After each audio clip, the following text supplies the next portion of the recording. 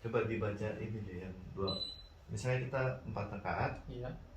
lalu yang 2. tahiyat yang pertama, Iya. bacanya gimana?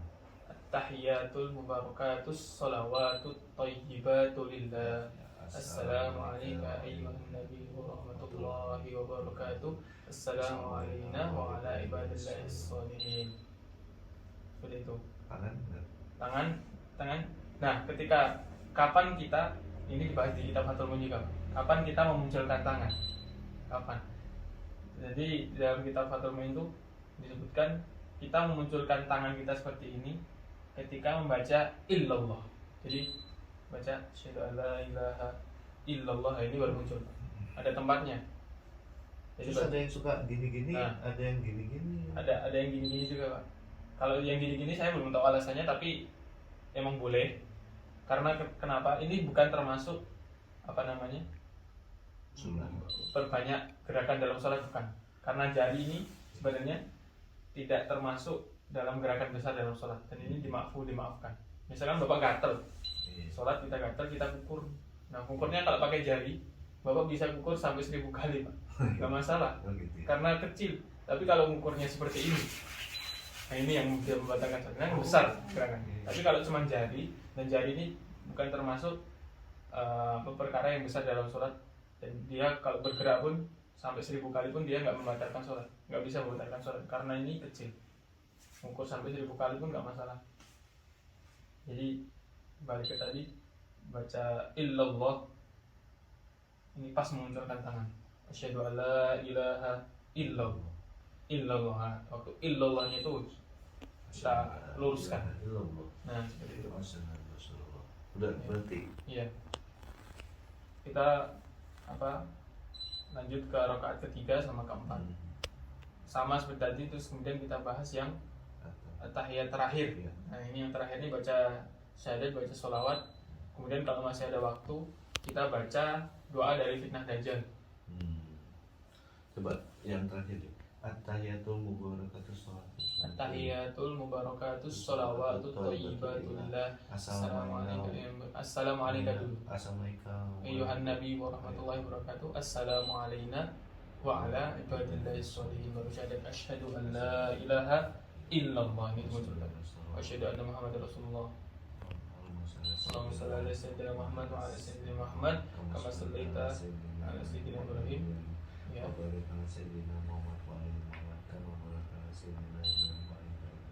Alamin innaka Hamidum Majid.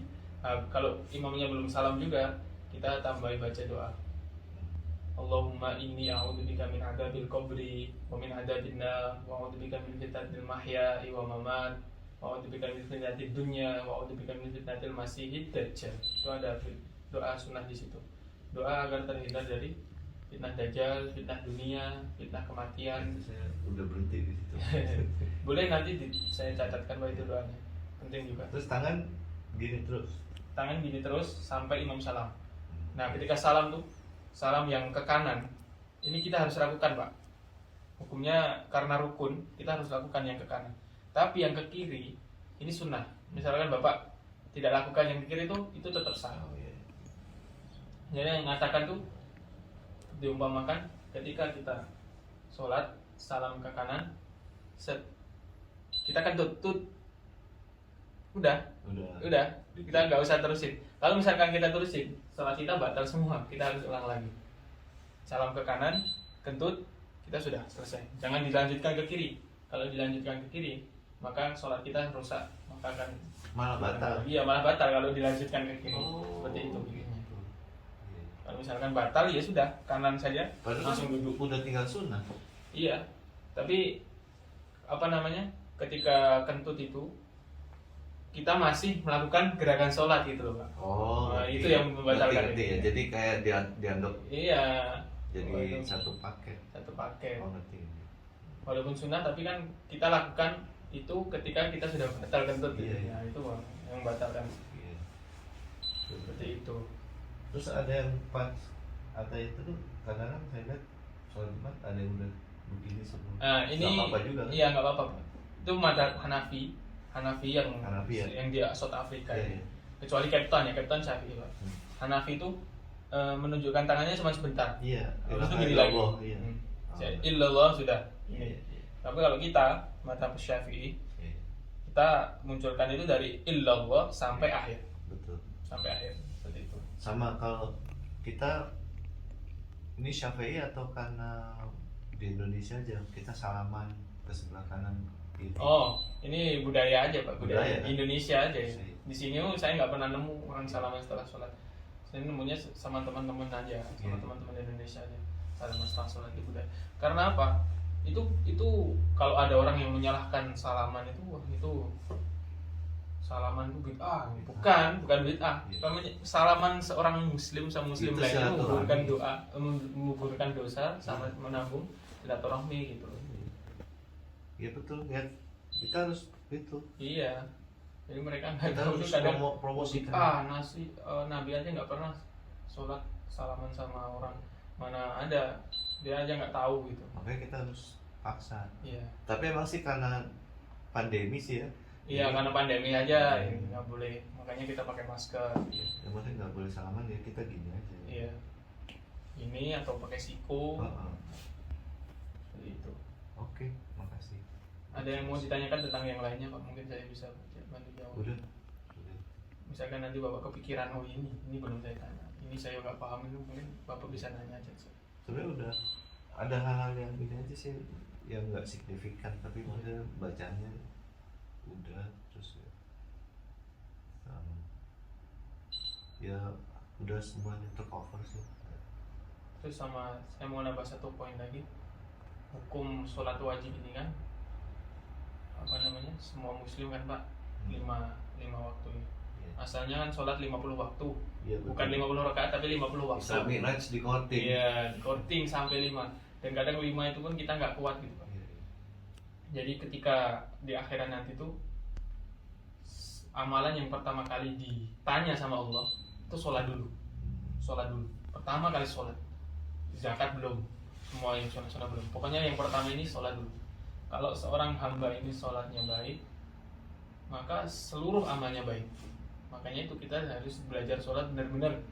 Karena kalau sholatnya baik, seluruh amalan baik.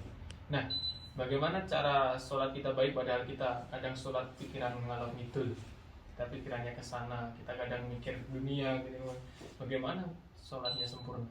Nah, untuk menutup kecacatan sholat kita, maka ada Nabi ajarkan untuk sholat sunnah Pak. Sholat sunnah sebelum sholat itu kan, qobliyah ba'diyah itu kan. Itu menyempurnakan sholat yang wajib ini. Karena dalam hadis itu pernah ada seorang hamba ditimbang amalannya, sholatnya buruk, bolong. Allah tanya, hal ibadi min tatawwu'in, apakah hamba saya ini punya amalan sholat sunnah atau enggak? Coba kamu lihat buku catatan amalnya. Bukan, ternyata ada amalan sholat sunnah, dia sering sholat sunnah. Walaupun sholat wajibnya dia nggak sempurna, tapi dia ada catatan sholat sunnah.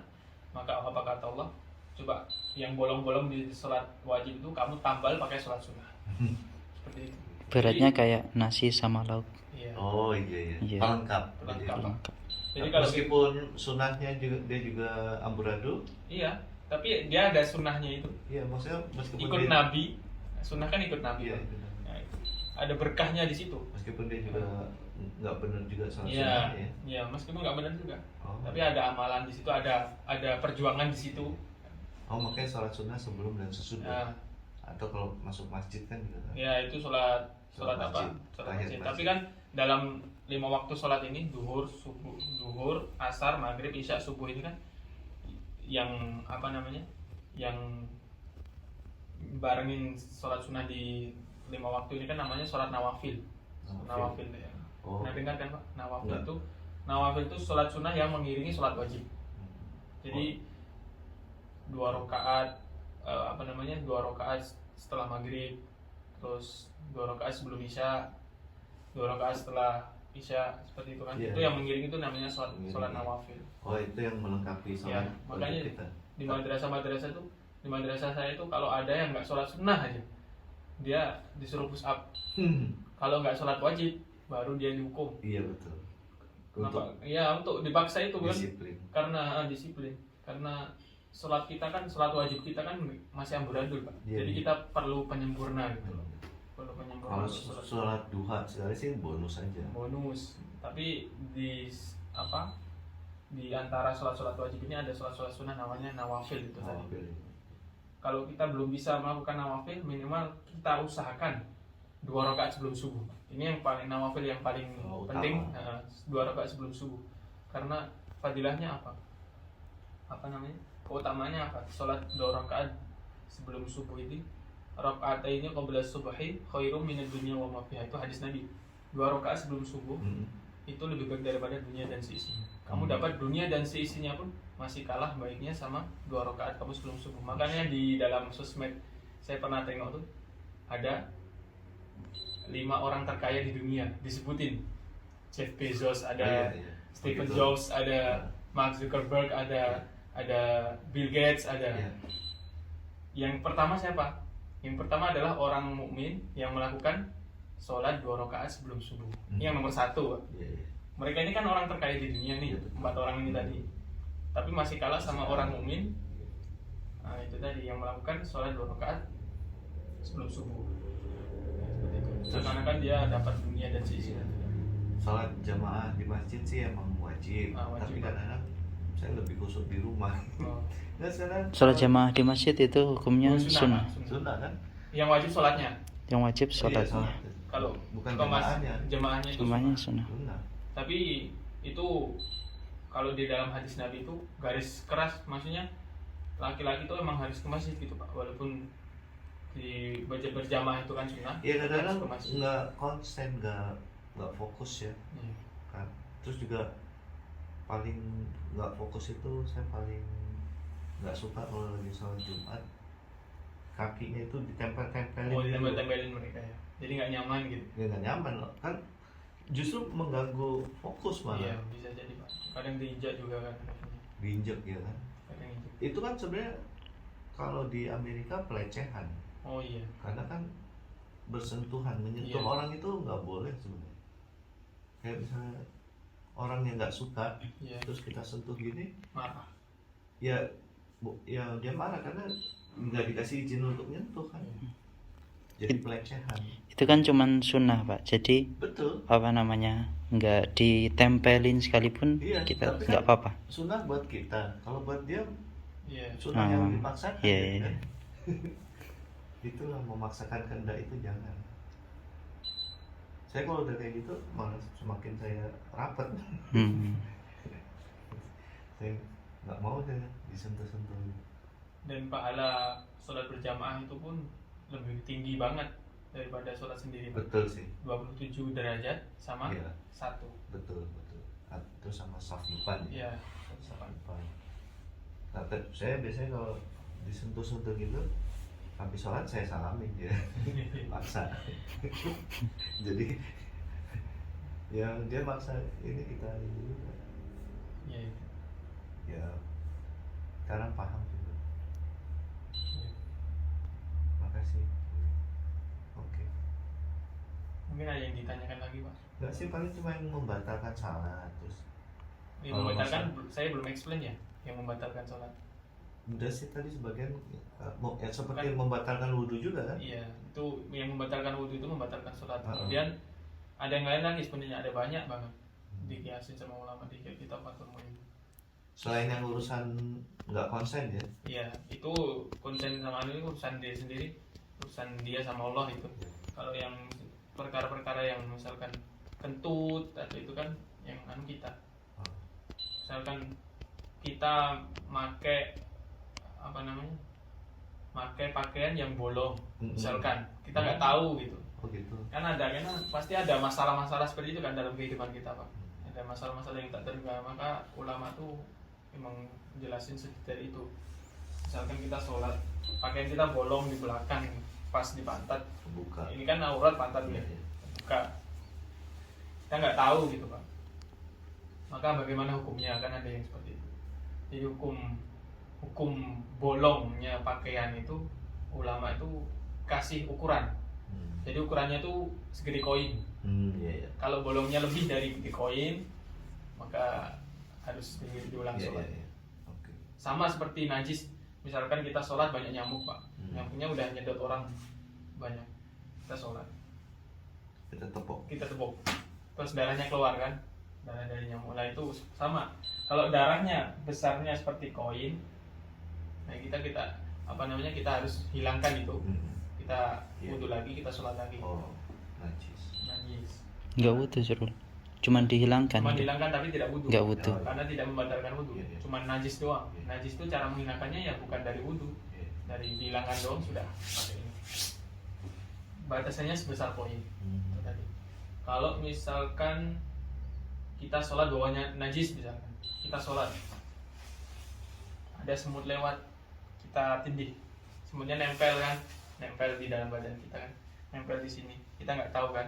Tatkala kita salam, assalamualaikum warahmatullahi wabarakatuh, kita tengok ada semut nempel mati di sini.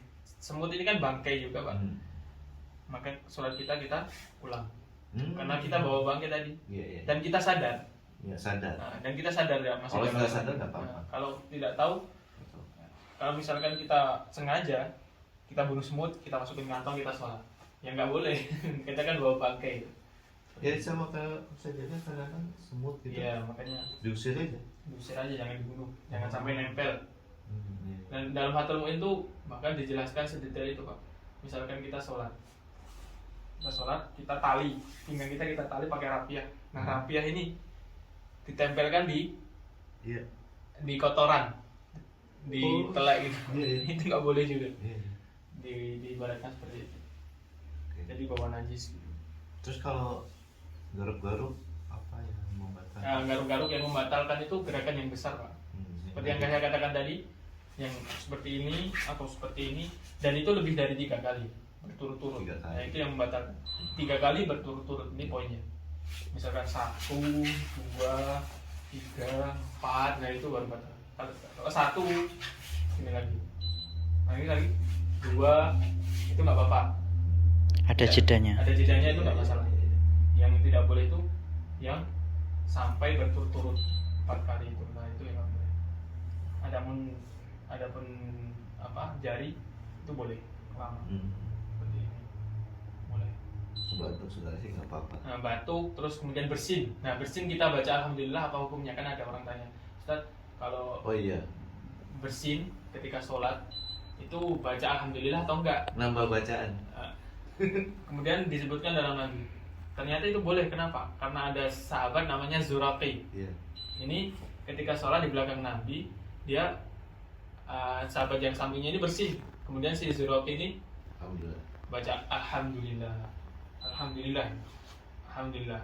Terus ada Balas. sahabat yang marah. Oh. Kamu gimana sih? Kamu sholat kok bersin baca alhamdulillah. Iya. Terus apa kata Nabi? Siapa tadi yang bersin Ah, di sholat terus baca alhamdulillah? Siapa tadi? Saya Rasulullah, namanya Zuraqi kan. Iya. Kamu tahu nggak? Ketika kamu baca alhamdulillah setelah kamu bersin tadi, ada lebih dari 30 malaikat yang berebut untuk nyatat doa kamu tadi. Bacaan alhamdulillah tadi. Ada 30 malaikat yang berebut Kenapa? untuk menyatat alhamdulillah itu kamu tadi. Karena alhamdulillah di sini kan alhamdulillah kan bacaan zikir, Pak. Zikir. Nah, niatnya zikir bukan Zikir, ya. niat baca doa. Oh, iya. Niatnya zikir jadi boleh. Iya, iya. Alhamdulillah gitu boleh. Niatnya berzikir. Karena alhamdulillah pun dalam salat kan sudah ada. Iya. Dalam Al-Fatihah Betul. alhamdulillah Alhamdulillah. itu boleh. Itu alasannya boleh Iya. baca alhamdulillah. Tapi jangan keras-keras. Kalau keras-keras ada orang yang nyaut alhamdulillah yarhamukallah. Nah, ini yang enggak boleh nih, yang batal nih. Ya itu yang batal Nah, jadi socot kan. Iya. Dia enggak boleh. Enggak boleh baca yarhamukallah. Seperti itu. Oke, udah. Jelas. Iya, Terima kasih banyak. Iya. Kalau ada apa-apa nanti bisa tanya lagi, Pak. Iya. Sudah ini Pak. Nah.